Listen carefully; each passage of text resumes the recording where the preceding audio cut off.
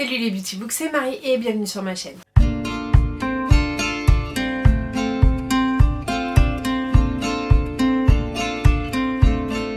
J'espère que vous allez bien, on se retrouve pour une nouvelle vidéo, à savoir, est-ce qu'il n'y a pas des sagas d'où vous savez pas trop si vous allez continuer ou pas?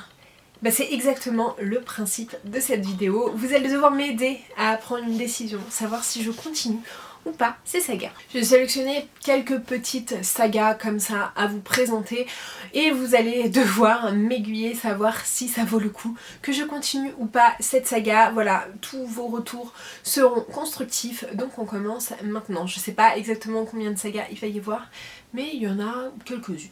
La première c'est La Reine des Ombres de Tricia Levenseller. Donc j'avais lu La Reine des Ombres alors que c'était censé être un one shot.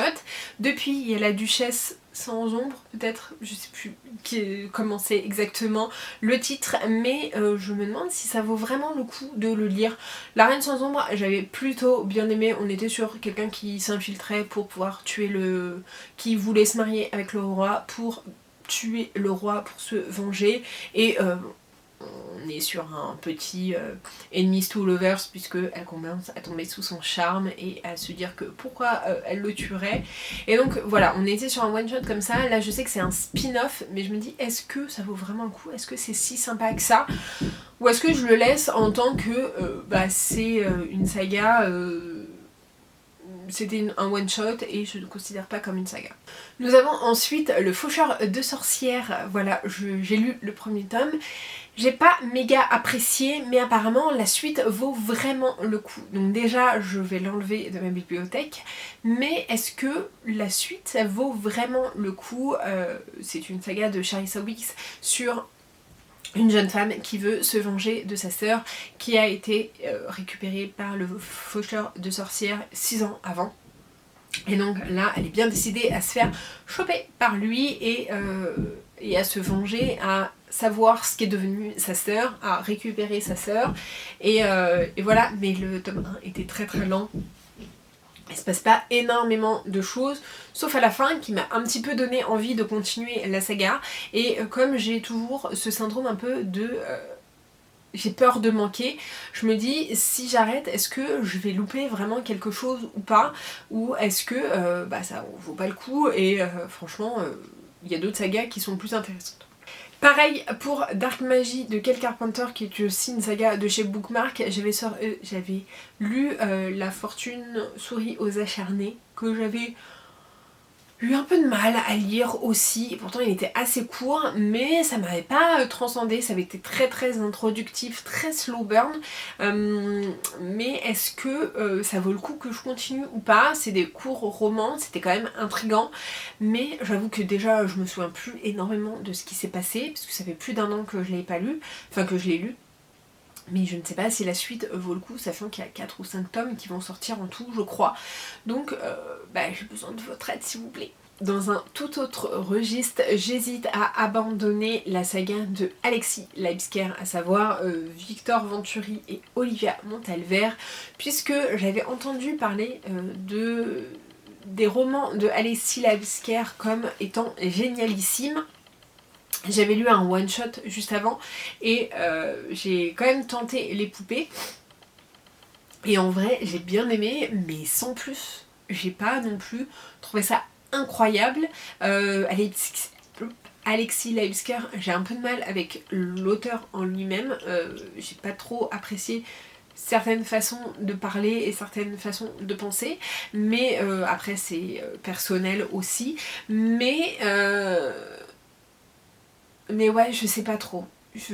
J'en attendais tellement des poupées que j'ai été un petit peu déçue, je vous avoue, et je sais pas trop ce que je veux faire. Est-ce que je continue? Est-ce que je tente? Est-ce que je laisse tomber? Je sais pas. Nous avons ensuite Red Queen de Victoria Aveyard qui est sorti il y a hyper longtemps, que j'ai lu il y a hyper longtemps. J'avais adoré. Le tome 1, on est sur une fantasy young adulte où bah, on a les sangs rouges et les sangs argentés. Les sangs argentés, c'est la noblesse qui a des pouvoirs, les sangs rouges, c'est les pauvres qui n'ont pas de pouvoir. Sauf qu'on a un personnage qui a le sang rouge et qui a des pouvoirs. Donc voilà, il y a toute une révolution qui va se faire aussi entre le petit peuple et le grand peuple. Il y a pas mal de personnes qui ont du sang rouge avec des pouvoirs. Bref, il y avait tout ce côté-là que j'avais beaucoup aimé, le retournement de pouvoir, la bataille de pouvoir que j'avais beaucoup aimé, mais j'ai laissé tomber cette saga et il me reste toujours le dernier tome et le préquel, et le tome bonus ensuite à lire, sachant que les deux maintenant sont sortis en français, mais je vais jamais vers cette saga, donc je ne sais pas si la fin vaut le coup, sachant que le tome 2 avait été pas si top que ça, le tome 3 un petit peu meilleur, mais ça fait longtemps que je l'ai pas lu, ça, je sais pas si j'accrocherai encore, et je sais pas si ça vaut vraiment le coup que je termine cette saga ou pas. On a également les McCoy de Alexiane Thiel, j'avais adoré la première duologie, la suite, les one-shots après, un petit peu moins, même si on suit toujours la même trame, mais j'aimais tellement Phèdre et Caleb que les autres personnages me paraissaient un petit peu fades à côté.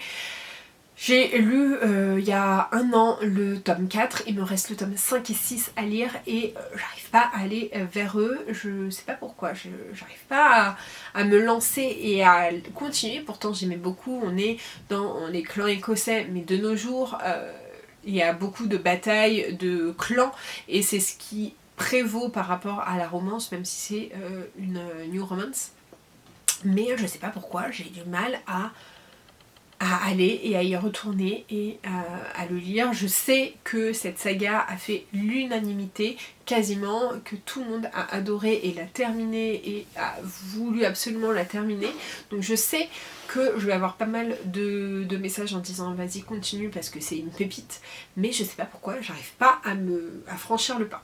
Et la dernière saga que je voulais vous présenter, il s'agit de Wayward Children de Shannon McGuire, puisque on est sur des très très courts romans qui sont assez chers, qui ne sont plus édités chez Pygmalion.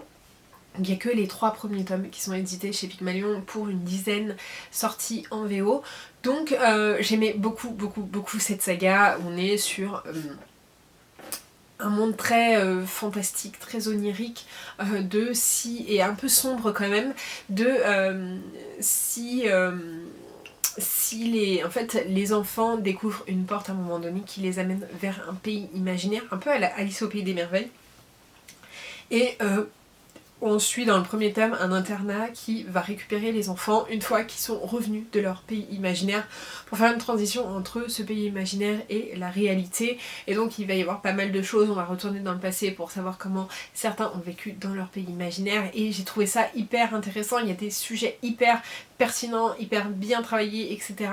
Mais il y a beaucoup de tomes, c'est plus traduit en français et je lis plus trop en anglais, donc et puis je vous dis, les tomes font même pas 200 pages et ils coûtent plus de 20 €, donc ça me fait un petit peu mal de temps en temps de mettre ce prix là, mais j'ai très envie quand même de continuer cette saga. Mais j'hésite, je sais pas trop quoi faire, donc n'hésitez pas à me donner vos petits conseils. Est-ce que vous avez des sagas comme ça que vous hésitez un petit peu à continuer ou à abandonner? N'hésitez pas à m'en dire plus et à tout me dire dans les commentaires. N'hésitez pas à me mettre des petits emojis si vous êtes un peu trop timide. N'hésitez pas comme d'habitude à liker la vidéo, à la commenter et à vous abonner. Je vous mets juste ici pour vous abonner, ici ma dernière vidéo, et en attendant une prochaine vidéo, je vous fais de très gros bisous et je vous dis à très bientôt. Ciao!